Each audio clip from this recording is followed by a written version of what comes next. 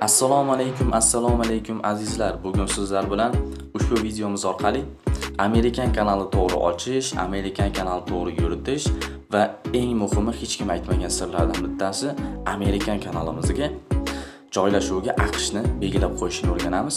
Bu bizda Amerikan prosmotrlarini oshirib beradi. Albatta kanalga obuna bo'lib qo'ying.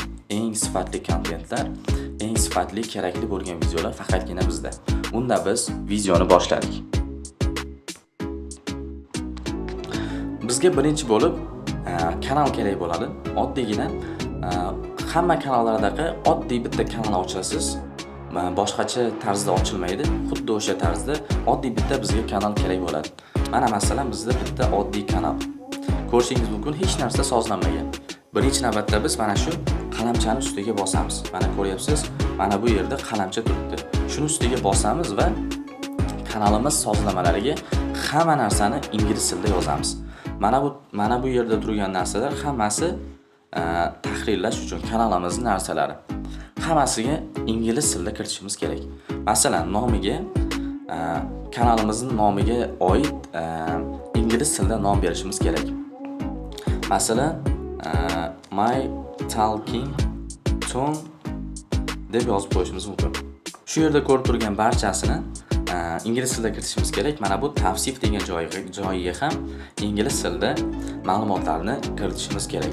Bu bizda birinchi ish. Endi keyingi navbatda biz kanalimizni joylashuviga Amerika Qo'shma Shtatlarini belgilab qo'yishimiz kerak. Buning uchun biz hozir Google ga kirib o'sha ishlarni sizlarga birma-bir ko'rsatib o'taman. Birinchi biz Google ga kirganimizdan so'ng qidiruvga Vhod YouTube deb yozamiz.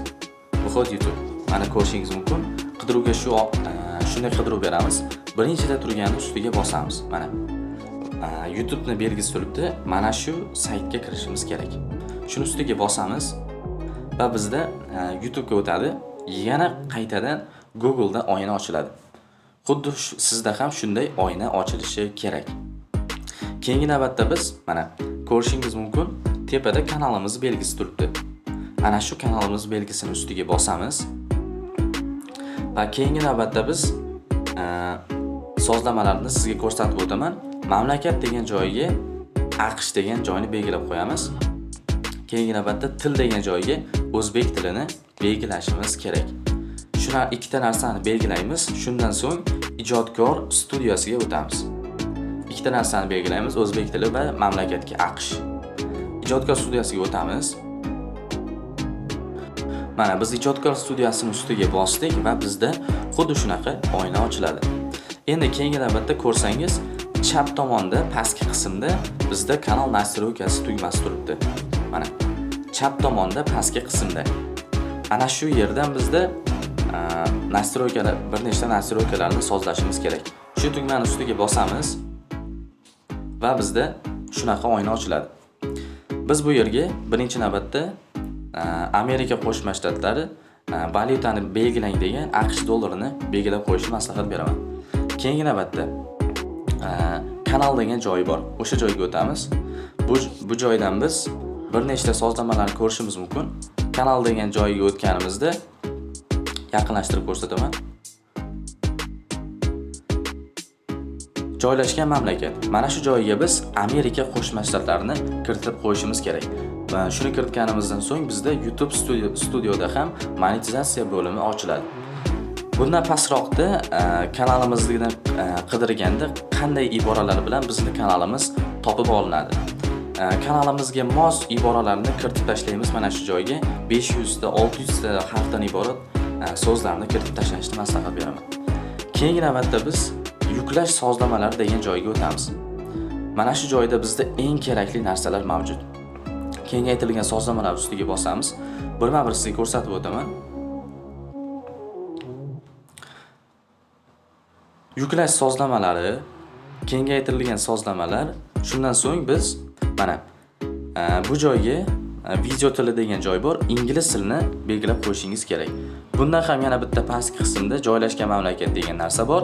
Shu joyga Amerika Qo'shma Shtatlarini belgilaymiz va bizdan shundan so'ng bizda Amerikan kanal tayyor holatga keladi. Albatta mana shu sozlamalarni qilsak, bizda hammasi o'z joyiga keladi. Hammasini belgilab bo'lganimizdan so'ng, mana shu yerda turgan saqlash tugmasini bosamiz va chiqib ketamiz. Va ko'rishingiz mumkin, YouTube Studioga kirsak ham bizda monetizatsiya bo'limi ochiladi. Mana YouTube Studioga kirib ko'rsataman. Monetizatsiyaga bo'limiga o'tsak, mana shu joyda bizda 4000 soat yig'ish uchun oynalar ochiladi. Mana shu oyna ochiladi. Amerika Qo'shma Shtatlarini belgiladik va bizda Amerikan kanal tayyor holatga keldi. Endi sizlarga yana maslahat, videolaringizda hammasini ingliz tilida yuriting, video nomini ham ingliz tilida belgilang, video tavsifiga ham ingliz tilida yozing. Albatta, sizning videolaringiz Amerika Qo'shma Shtatlari auditoriyasini yig'a boshlaydi. Albatta bu sizga foyda beradi. Kelgusi YouTube faoliyatingizda ham yaxshi samaraga erishishingiz mumkin. Amerikan kanal yuritishni o'rganmoqchi bo'lganlar uchun video qanday yuklash, hamma montaj jarayonlari hammasini o'rganmoqchi bo'lganlar uchun YouTube darsligimizni tavsiya etamiz. Albatta YouTube darsligi sizga ko'pgina ma'lumotlarni o'rgatadi. Juda ham keng qamrovli, sodda videolar shaklida tushuntirilgan, telefonda qilib o'rgatilgan. Darslikni sotib olganlar bundan tashqari barcha savollariga, o'zi tushunmagan savollariga javob olishi mumkin. Darslikda juda ham ko'p qulayliklar mavjud. Bundan tashqari Amerikan yo'nalishlar ham taklif etilgan. Barcha kerakli narsalar bizning YouTube darsligimizda mavjud. Sizlarga tavsiya etamiz do'stlar. Amerikan darsligidan ma'lumotlar olish uchun kommentariyaga o'ting. Kommentariyada silka qoldirganman. O'sha orqali o'tishingiz mumkin. Sog' bo'ling, salomat bo'ling azizlar. Bugungi videomiz shulardan iborat edi.